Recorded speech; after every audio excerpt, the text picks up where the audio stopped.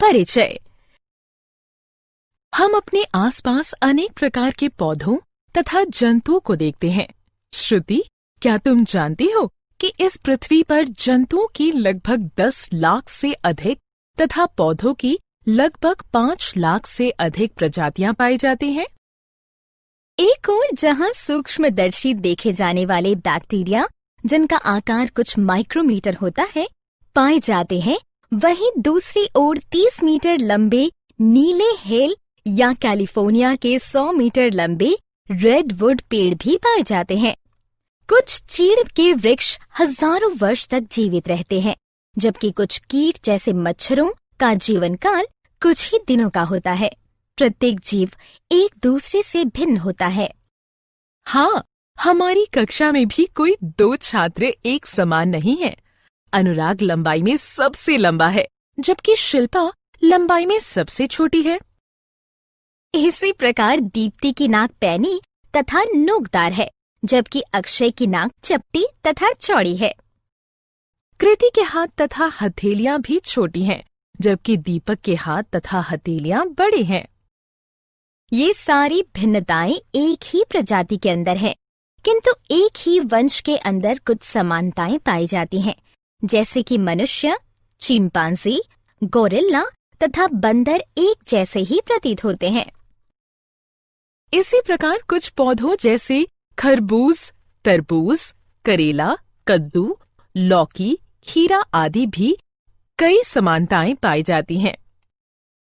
लेकिन यदि हम 2 वंशों का अध्ययन करते हैं, तो हम ये पाते हैं कि उनमें परस्पर बहुत सी असमानताएं पाई जाती हैं।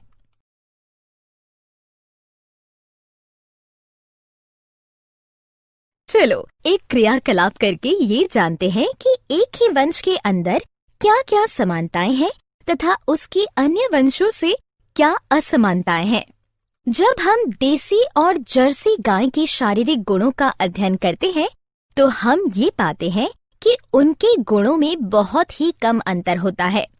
लेकिन जब हम भीड़ यानी झुंड में जर्सी गाय को देखते हैं, तो हम उसकी ऊंचाई तथा कदकाठी से उसे दूर से ही पहचान सकते हैं। लेकिन जब हम गाय और बंदर को देखते हैं, तो हम पाते हैं कि गाय की अपेक्षा मनुष्य और बंदर में ज्यादा समानताएं हैं, हालांकि ये सभी स्तनधारी हैं। उद्देश्य। इस पाठ के अंत में आप निम्न करने में सक्षम हो जाएंगे: वर्गीकरण के आधार को पहचानना, वर्गीकरण तथा विकास को समझना, वर्गीकरण समूह के पदानुक्रम को समझना, जगत मोनेरा के गुणों को समझना, जगत प्रोटिस्टा के गुणों को समझना, जगत कवक यानी फंजाई के गुणों को समझना, जगत प्लांटी के गुणों को समझना, जगत प्लांटी के वर्गों का पता लगाना। वर्गीकरण का आधार। जैसे कि हम पहले भी चर्चा कर चुके हैं कि लाखों वर्षों पहले से ही पृथ्वी पर जीवों में विविधता का विकास धीरे धीरे हुआ है। ये विविधता इतनी अधिक है कि हम एक एक करके इन सभी जातियों का अध्ययन पूरे जीवन काल में कर पाएंगे। अतः हम सभी जीवों में समानताएं ढूंढने के लिए उन्हें भिन्न भिन्न वर्ग अर्थात क्लास, समूह यानी ग्रुप, वंश यानी जेनरा तथा जाति यानी स्पीशीज में विभाजित कर सकते हैं तथा उसके बाद उनका अध्ययन कर सकते हैं। इस प्रकार समूह बनाने को वर्गीकरण कहते हैं। ये एक बड़ा प्रश्न है कि हमें वर्गीकरण की आवश्यकता क्यों है। इसे स्पष्ट करने के लिए निम्न बिंदु हैं। वर्गीकरण विभिन्न जीवों के अध्ययन को सरल बनाता है। वर्गीकरण एक हथियार है जिसके द्वारा कोई भी जीवन की विविधता को जान सकता है। वर्गीकरण जीवन की सभी दशाओं यानी अवस्थाओं का एक ही बार में अध्ययन कराने में सहायक है। वर्गीकरण भिन्न भिन्न समूहों वाले जीवों के परस्पर संबंधों को समझाने के लिए भी आवश्यक है। वर्गीकरण अन्य जीवों के विज्ञान के विकास के लिए एक नींव बनाता है। क्या तुम्हें पता है कि अरस्तु 384 से 322 बीसी को जंतु विज्ञान का पिता कहा जाता है और उन्होंने ही पहली बार जीवों को 2 समूहों में वर्गीकृत किया था। जीव जो कि उड़ सकते हैं वो हवा में रहते हैं, जीव जो कि उड़ नहीं सकते हैं वो जमीन तथा पानी में रहते हैं। अरस्तु के वर्गीकरण की सबसे बड़ी कमी ये थी कि भिन्न भिन्न जीव एक ही समूह में थे, जबकि एक जैसे जीव भिन्न भिन्न समूहों में थे। जैसे कि प्रवाल, व्हेल, ऑक्टोपस, स्टारफिश तथा शार्क सभी बिल्कुल भिन्न जीव हैं, परंतु वे सभी समुद्र में ही रहते हैं। अतः यह निर्धारित करने की आवश्यकता है कि जीवों को वर्गीकृत करने के लिए किस तरह की विशेषताएं होनी चाहिए। क्या तुम जानते हो कि विशेषताएं क्या होती हैं? मेरे ख्याल से यह जीव का एक निश्चित रूप या निश्चित कार्य है। ये विशेषताएं एक दूसरे से परस्पर संबंधित होती हैं। इनमें से कुछ निम्न प्रकार हैं। कोशिका की संरचना, एक कोशिकीय या बहुकोशिकीय, स्वपोषी या परपोषी, संगठन का स्तर, शरीर की रूपरेखा।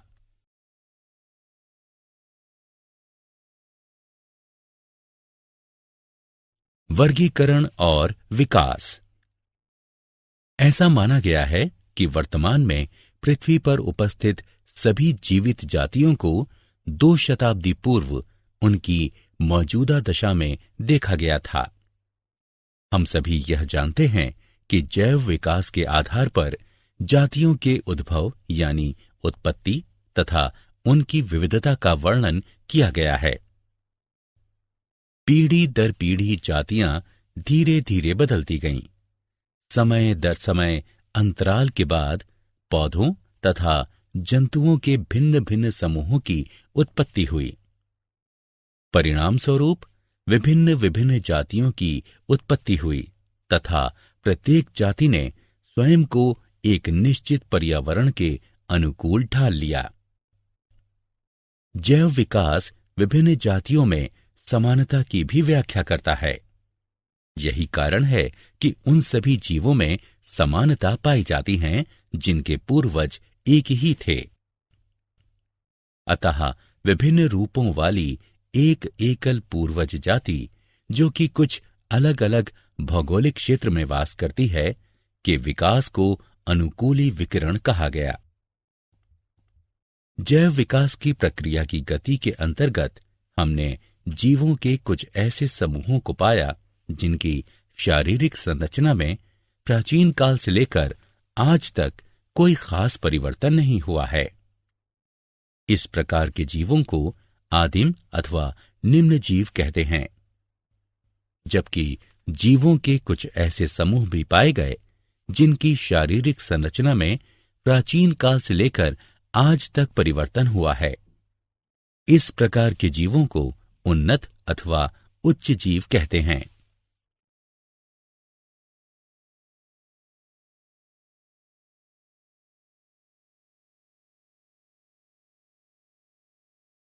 जैव विविधता।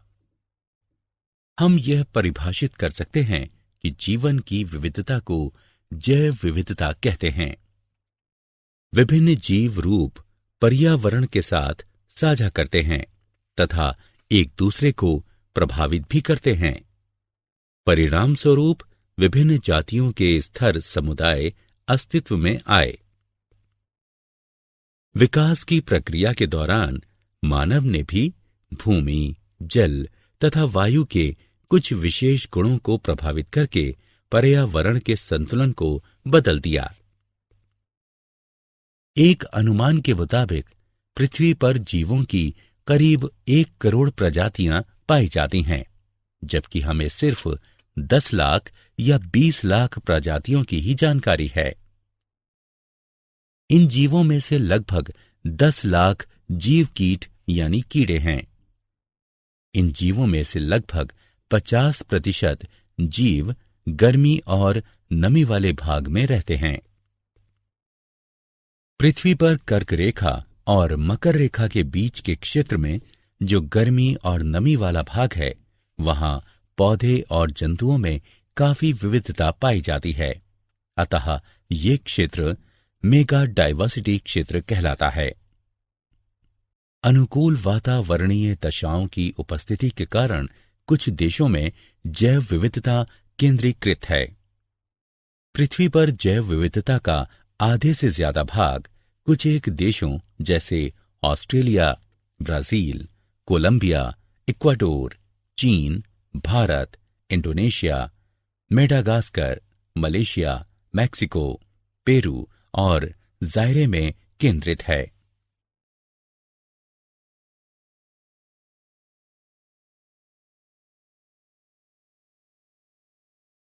वर्गीकरण समूहों की पदानुक्रमित संरचना।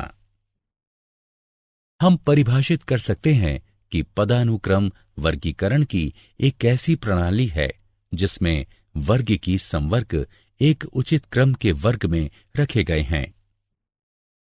कुछ उच्च कोटि के जैव वैज्ञानिकों जैसे अर्न्स्ट हैकेल 1894, रॉबर्ट व्हिटेकर 1959 और कार्ल वोस 1977 ने सारे सजीवों को जगत नामक बड़े वर्गों में विभाजित करने का प्रयास किया है। रॉबर्ट व्हिटेकर ने 1959 में 5 जगत वर्गीकरण प्रस्तावित किया, जो कि आगे चलकर बहुत प्रचलित हुआ तथा कुछ छोटे मोटे बदलाव करने के पश्चात अभी तक अनेक कार्यों में प्रयुक्त होता है तथा नए बहुजगत वर्गीकरण का आधार बना है।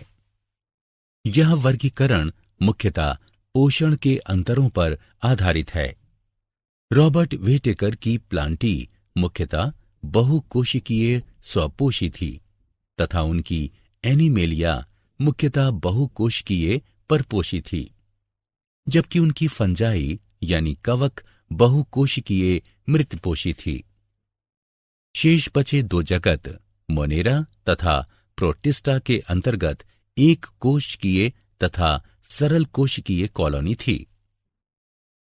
कुछ समय बाद कार्ल वोस ने अपने वर्गीकरण में मोनेरा जगत को 2 उपजगत आर्कीबैक्टीरिया यानी आद्य बैक्टीरिया और यूबैक्टीरिया में बांट दिया। सभी जीवों को विभिन्न स्तर पर वर्गीकृत किया गया है, जो कि निम्न है।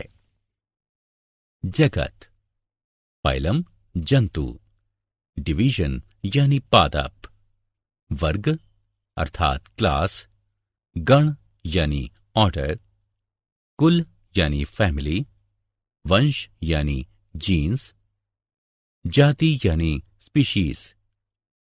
अतः हम ये कह सकते हैं कि वर्गीकरण की मौलिक यानी आधारीय इकाई जाति स्पीशीज है। चलिए अब हम 5 जगत के गुणों की चर्चा करते हैं।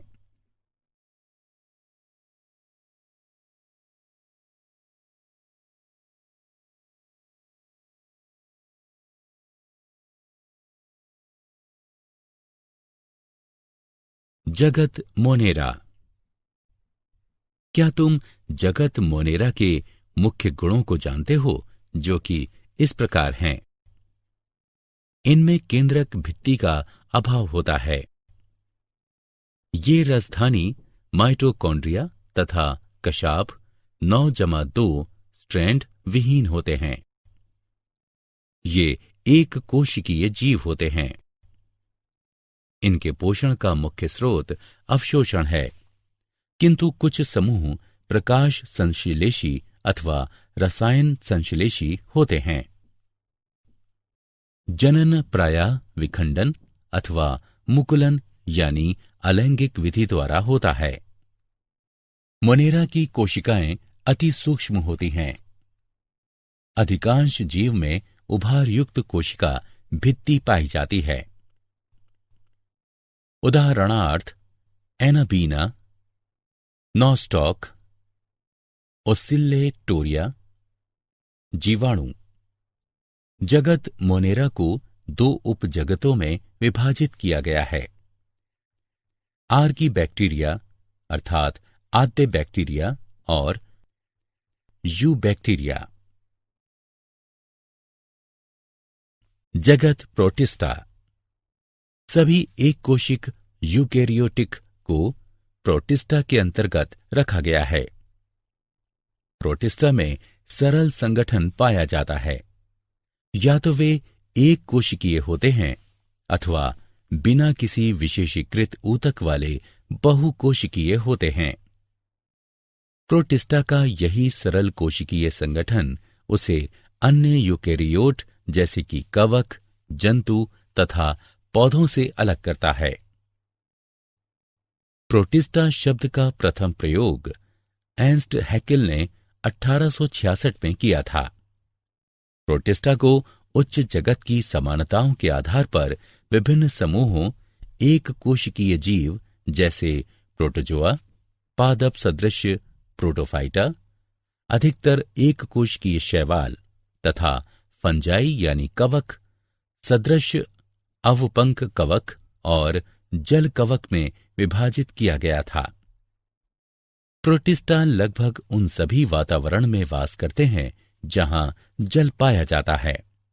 बहुत से प्रोटिस्टा जैसे शैवाल प्रकाश संश्लेषी प्रोटिस्टा होते हैं तथा ये जैव तंत्र में मुख्य प्राथमिक उत्पादक होते हैं। यूकैरियोटिक होने के कारण इनकी कोशिका में एक सुसंगठित केंद्रक एवं अन्य झिल्लीबद्ध कोशिकांग पाए जाते हैं।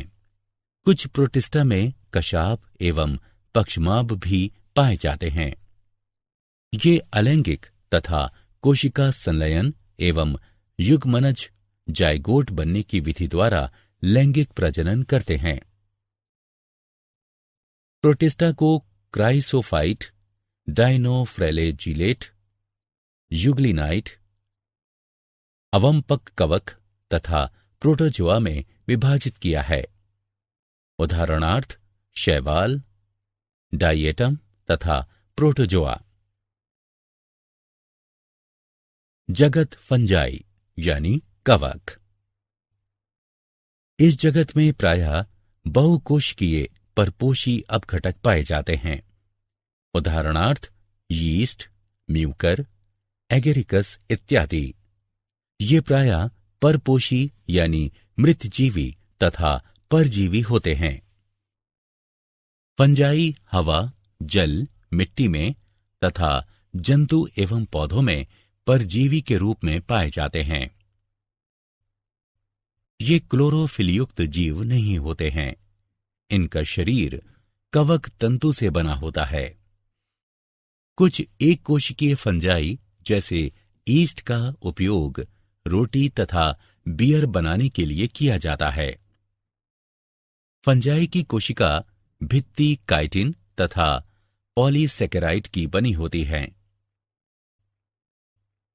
फंजाई शैवाल के साथ स्थायी अंतर संबंध बनाती हैं, जिसे सहजीविता कहते हैं। ऐसे सहजीवी जीवों को लाइकेन कहा जाता है। फंजाई में जनन कायिक खंडन, विखंडन तथा मुकुलन विधि द्वारा होता है। अलैंगिक जनन बीजाणु जिसे कोनिडिया कहते हैं अथवा धनी बीजाणु अथवा चल बीजाणु द्वारा होता है। लैंगिक जनन निषिक्तांड, एंस्कस बीजाणु तथा बेसिडियम बीजाणु द्वारा होता है। विभिन्न बीजाणु सुस्पष्ट संरचनाओं में उत्पन्न होते हैं, जिन्हें फलनकाय कहते हैं। ये बीजाणु उत्पन्न बिना क्लोरोफिल युक्त जीव होते हैं। उदाहरण राइजोपस, म्यूकर, रस्ट तथा मशरूम। कुछ फंजाई रोग उत्पन्न करते हैं। उदाहरणार्थ गेहूं में किट रोग पक्सीनिया के कारण होता है। कुछ फंगल जैसे पेनिसिलियम से प्रतिजैविक एंटीबायोटिक का निर्माण होता है।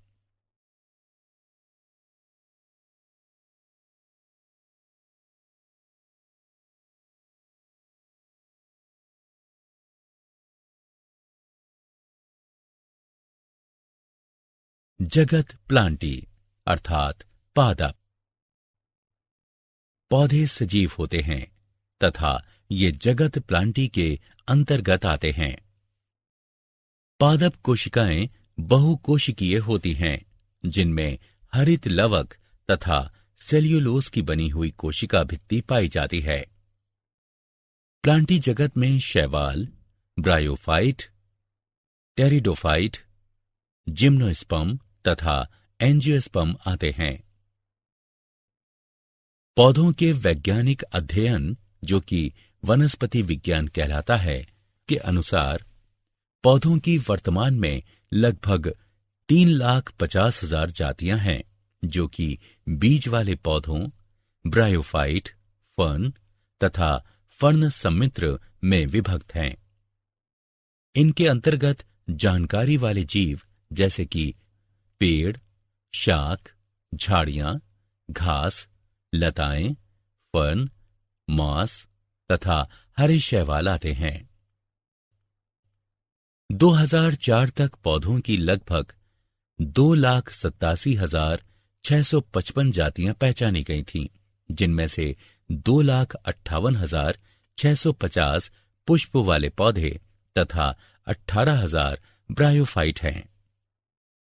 हरे पौधे, जिन्हें कभी कभी व्रिडी प्लांटी कहते हैं, अपनी अधिकांश ऊर्जा सूर्य की रोशनी में प्रकाश संश्लेषण की प्रक्रिया द्वारा प्राप्त करते हैं।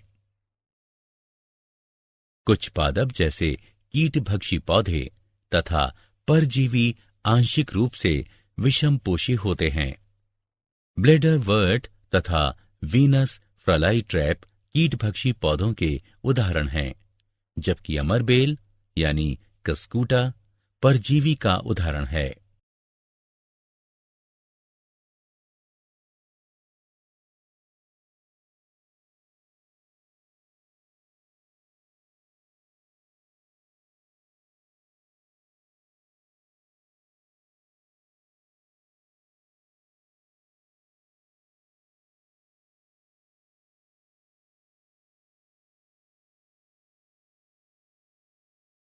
जगत प्लांटी यानी पादप के भाग।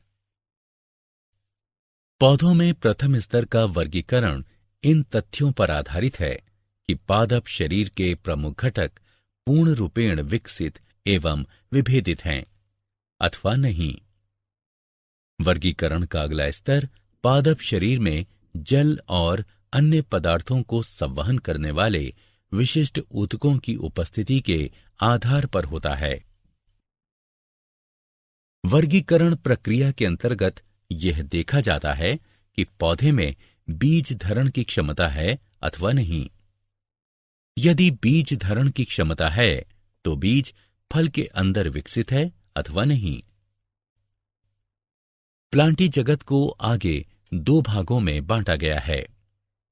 क्रिप्टोगेमस, जिनमें की बीजाणु, छुपे हुए जननांग पाए जाते हैं। थैलोफाइट, ब्रायोफाइट तथा टेरिडोफाइट इस भाग के अंतर्गत आते हैं।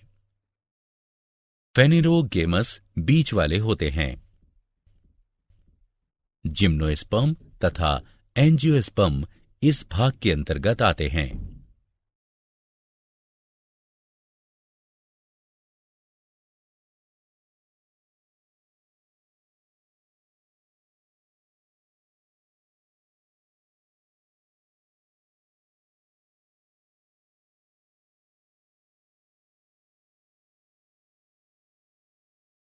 भाग थैलोफाइटा। क्या तुम्हें पता है कि थैलोफाइटा शब्द की उत्पत्ति ग्रीक भाषा के शब्द थैलस तथा फाइटा से हुई है, जिसका अर्थ है बिना जड़, शाखा तथा पत्ती वाले पौधे। इन पौधों की शारीरिक संरचना में विभेदीकरण नहीं पाया जाता है। इस वर्ग के पौधों को सामान्यतः शैवाल कहा जाता है। ये मुख्य रूप से जल में पाए जाते हैं। यूलोथ्रिक्स, स्पाइरोगाइरा, कारा, क्लेडोफोरा तथा अल्वा आदि शैवाल के कुछ उदाहरण हैं।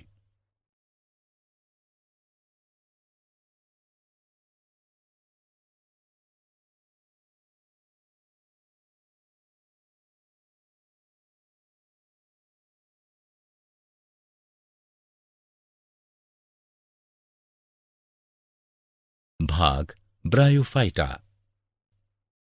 समान रूप से ब्रायोफाइटा शब्द की उत्पत्ति ग्रीक भाषा के शब्द ब्रायोन तथा फाइटा से हुई है, जिसमें ब्रायोन का अर्थ है मॉस या लिपरवर्ट और फाइटा का अर्थ है पौधा। इस वर्ग के पौधों को पादप वर्ग का उभयचर कहा जाता है। यह पादप तना और पत्तों जैसी संरचना में विभाजित होता है। इसमें पादप शरीर के एक भाग से दूसरे भाग तक जल तथा खनिजों के संवहन के लिए विशिष्ट ऊतक नहीं पाए जाते हैं। उदाहरणार्थ मॉस यानी फ्यूनेरिया, मार्केशिया, रिक्सिया तथा एंथोसिरोस।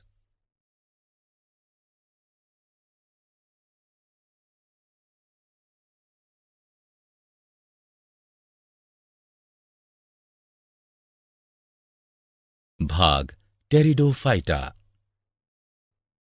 इसी तरह टेरिडोफाइटा शब्द की उत्पत्ति ग्रीक भाषा के शब्द टेरिस तथा फाइटा से हुई है, जिसमें टेरिस का अर्थ है फर्न तथा फाइटा का अर्थ है पौधा।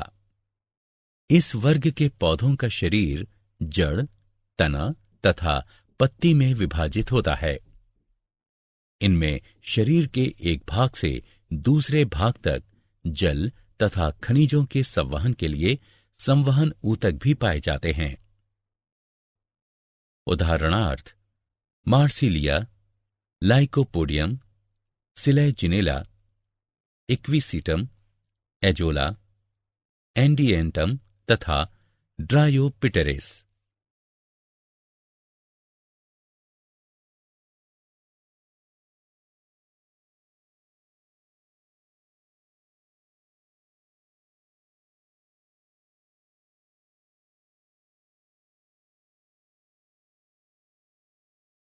भाग जिम्नोस्पर्म। जिम्नोस्पर्म शब्द दो ग्रीक शब्दों जिम्नो तथा स्पर्मा से मिलकर बना है, जिसमें जिम्नो का अर्थ है नग्न तथा स्पर्मा का अर्थ है बीज। जिम्नोस्पर्म सबसे प्राचीन पौधे होते हैं तथा इनके बीज साधारण तथा नग्न होते हैं, अर्थात बीज फल के अंदर बंद नहीं होते हैं। ये सदाबहार, बहुवर्षी तथा काष्ठीय पौधे होते हैं। इन्हें दो समूहों में विभक्त किया गया है, साइकेडी और कोनिफेरी। उदाहरणार्थ गिनकोगो, साइकस तथा पाइनस।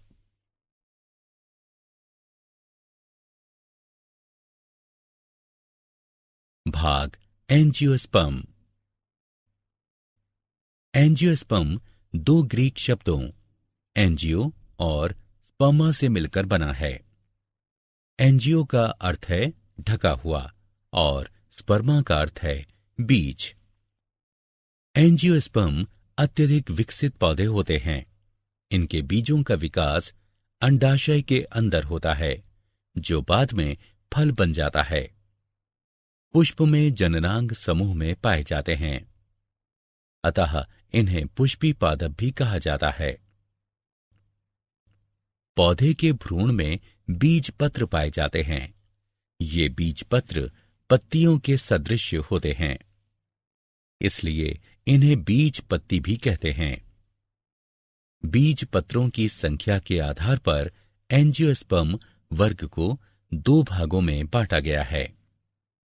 एक बीज पत्र वाले पौधों को एक बीज पत्री और दो बीज पत्र वाले पौधों को द्विबीजपत्री कहा जाता है।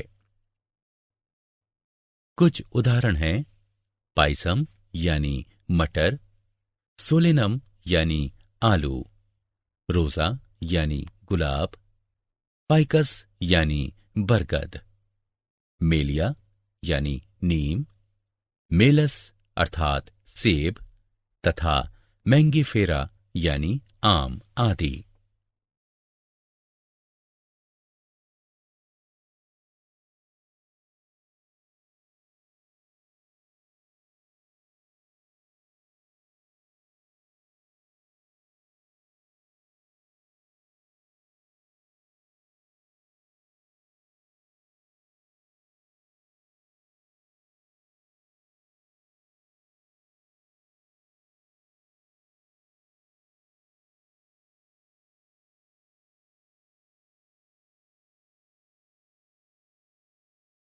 क्या आप जानते हैं कैरोलस लीनियस को वर्गीकी के पिता के नाम से भी जाना जाता है।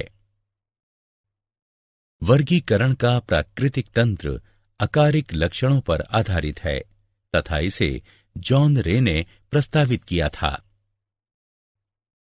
जाति वृत्तीय वर्गीकरण तंत्र एंगलर तथा प्रांटल ने प्रस्तावित किया था तथा यह विभिन्न जीवों में विकासीय संबंध पर आधारित है।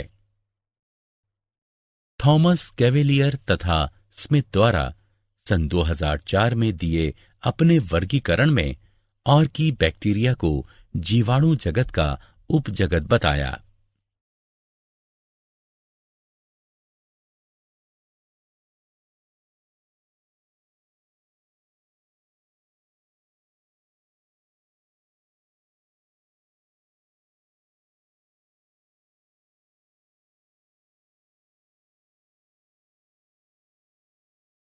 सारांश। आइए हमने जो कुछ सीखा है उसे संक्षेप में दोहराएं। वर्गीकरण जीवन के सभी रूपों की विविधता को समझने में हमें सहायता करता है।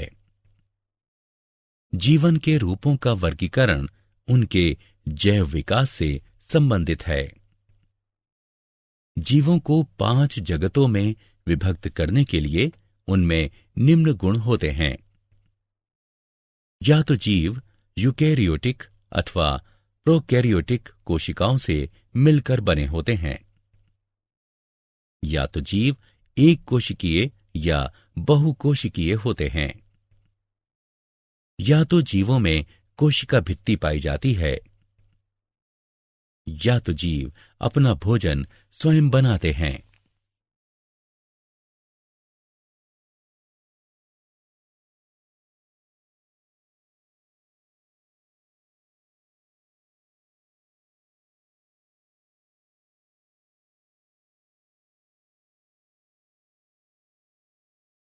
उपरोक्त आधार पर सभी सजीवों को 5 जगतों में विभक्त किया गया है। मोनेरा, प्रोटिस्टा, पंजाई यानी कवक, प्लांटी तथा एनिमेलिया। प्लांटी यानी पादप तथा एनिमेलिया यानी जंतु जगत को उनके बढ़ते हुए शारीरिक संगठन के आधार पर उपजगतों में विभक्त किया गया है।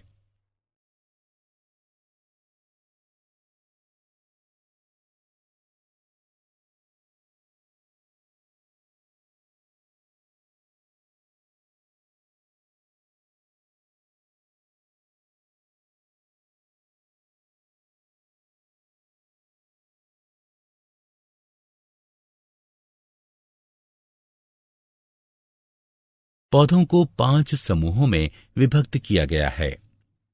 थैलोफाइटा, ब्रायोफाइटा, टेरिडोफाइटा, जिम्नोस्पर्म और एंजियोस्पर्म।